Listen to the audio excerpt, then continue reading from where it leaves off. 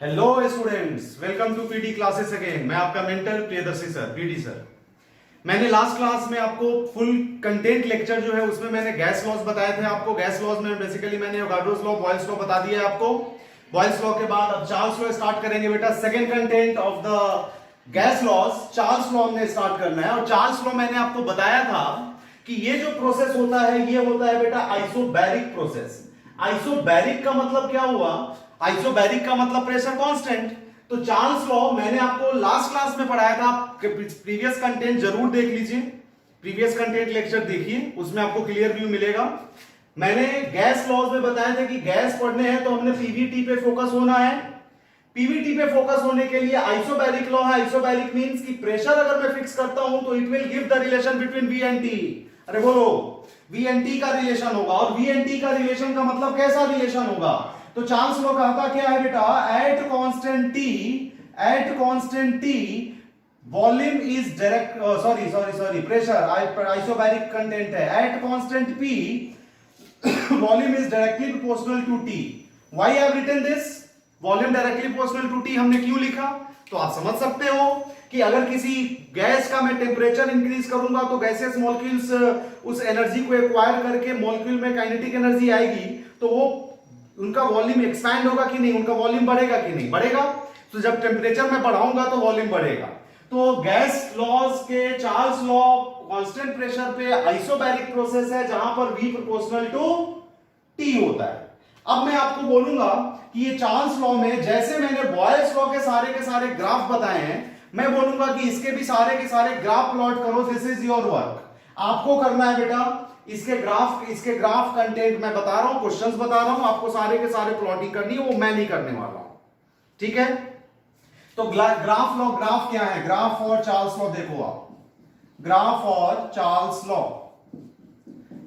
Law के graph आपको करना पड़ेगा। Graph V versus T, that we have to do. आपको करना पड़ेगा ग्राफ V वर्सेस 1/T। आपको करना पड़ेगा graph V by T versus V। आपको लेना पड़ेगा graph V by T versus T। आपको लेना पड़ेगा ग्राफ बेटा V by T versus P। और फिर ये सारे के सारे लॉग फैक्टर में अगर मैं ले लूं log V versus log T क्या होगा? अगर मैं यहां ले लूं log V versus log 1/T क्या होगा? और अगर मैं यहां ले लूं log V by T versus log T तो क्या होगा? कुछ इस तरीके का ग्राफ है। आप बताओ, लॉग के फैक्टर में मैंने ग्राफ दिया है, वही नेचुरल लॉग में भी है। तो आप लॉग में भी ले सकते हो, नेचुरल लॉग में भी ले सकते हो। ये लॉग वाली बात है, जो लॉग का ग्राफ होता है वही नेचुरल लॉग का होता है बेटा। तो पहले लॉग वाले ग्राफ को आप एनालाइज करो, बताओ जरा कैसे हो सकता है। तो अब जरा पहले तुम इसको डिटेल कर लो, इस चार्ल्स लॉ को थोड़ी सी डिटेल लेके चले जाओ। If V proportional to T है तो मैं इसको क्या लिख सकता हूं बेटा? क्या मैं लिख सकता हूं इसको? V is equal to constant into T। बोलो। तो अगर ऐसा कुछ लिख दूं तो क्या मैं लिख सकता हूं V by T is equal to constant. And if I am writing V by T is equal to constant तो मैं ये भी तो लिख सकता हूं कि V1 by T1 is equal to V2 by T2। Yes और नो? यस। सो ग्राफ और चार्ल्स लॉ के ग्राफ में अब आप आ जाइए। तो कैसे करें बेटा? तो देखो जरा, हमने पहले प्लॉट करना है V वर्सेस T का ग्राफ। तो V वर्सेस T के ग्राफ में आप देखो यहां पे क्या आ रहा है? V is equal to constant into T। मैं इस इक्वेशन को अगर लूं तो y is equal to mx पे आ रहा है कि नहीं आ रहा है? x एक्सिस पे टेंपरेचर, y एक्सिस पे वॉल्यूम। तो कैसा होगा ग्राफ इसका? Straight line originated from origin होगा। जैसा कि मैंने कॉन्सेप्ट बताया प्रीवियस लेक्चर, देखिए क्लियर हो जाएंगी चीजें। Now next V versus 1/T। तो यहां देखो जरा, V by T is constant, तो मैं इसको लिख सकता हूं V into 1/T is equal to constant. तो क्या ये गया कुछ इस इक्वेशन पे बेटे? xy is equal to constant. और अगर xy कांस्टेंट है तो ग्राफ कैसा होगा? Rectangular hyperbola. तो ये ग्राफ कैसा हो जाएगा? Rectangular hyperbola. क्लियर हो रही है बातें? Next V by T versus V। तो देखो बेटा, जैसे बॉयल्स लॉ में आपने किया वैसे ही यहां चार्ल्स लॉ में देखो आप। यहां पे कंडीशन क्या है कि अगर V by T में कांस्टेंट लेता हूं तो वॉल्यूम चेंज होगा तो टेम्परेचर चेंज होगा, टेम्परेचर चेंज होगा तो वॉल्यूम चेंज होगा। बट V by T की जो वैल्यू होगी दैट विल बी फिक्स्ड। तो आप इनको देखो, V by T की वैल्यू फिक्स होगी, वॉल्यूम चेंज होगा। तो v बाई टी की वॉल्यूम अगर फिक्स करनी है, वॉल्यूम चेंज होता रहेगा तो ग्राफ कैसा होगा? क्या v बाई टी के परपेंडिकुलर लाइन होगी? होगी। तो v by T versus v का ग्राफ कुछ ऐसा होगा। v by T versus t का ग्राफ भी कुछ ऐसा ही होगा कि नहीं बच्चा? Perpendicular to v by T. यहां बताओ ये ग्राफ कैसा होगा? तो ये है चार्ल्स लॉ। चार्ल्स लॉ में v बाई टी अगर कांस्टेंट आते हैं तो ये कांस्टेंट प्रेशर भी तो है, मतलब आपको प्रेशर भी फिक्स करना है और v बाई टी भी फिक्स करना है। तो दोनों को फिक्स करने के लिए ग्राफ लाइन क्या होगा? Nothing else, that is a dot, that will be a dot. तो v by T versus p का ग्राफ डॉट होगा। वैसे ही log v versus log t का ग्राफ कैसा होगा? तो वैसे ही लेके जाओ v equal to constant into t। एक पॉइंट है मेरे पास, क्या? देखो जरा इक्वेशन को, v equal to constant into t। I am taking log both sides. अगर दोनों साइड में log ले लूं, k यहां कांस्टेंट के लिए ले रहा हूं बेटा, कोई दिक्कत हो तो बोलिएगा, k यहां कांस्टेंट के लिए ले रहा हूं। तो v equal to constant into t। तो v अगर मैं दोनों साइड log ले लूं तो क्या हो जाएगा इक्वेशन मेरा? log v is equal to log k plus log t। ऐसा कुछ लिख सकता हूं।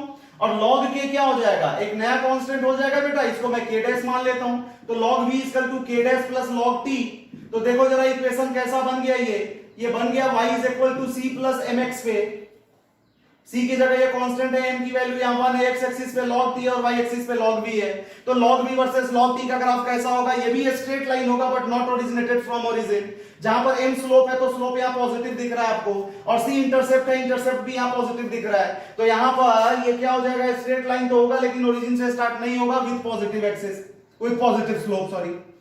Now log v versus log 1 by t कैसे करोगे आप? इसको ले लो, v into 1 by t is k। तो v is equal to v into 1 by t is equal to k। आप इसको कंसीडर करो, v into 1 by t is equal to constant। I am taking log both sides। If I am taking log both sides, it will be log v plus log 1 by t is equal to log k। तो log k को मैं k dash तो ले ही सकता हूं। तो यहां देखो आप, किसके किसके बीच मुझे ग्राफ चाहिए? मुझे ग्राफ चाहिए log v versus log 1 by t। इसको और थोड़ा आगे बढ़ाए तो कैसा हो जाएगा बच्चों?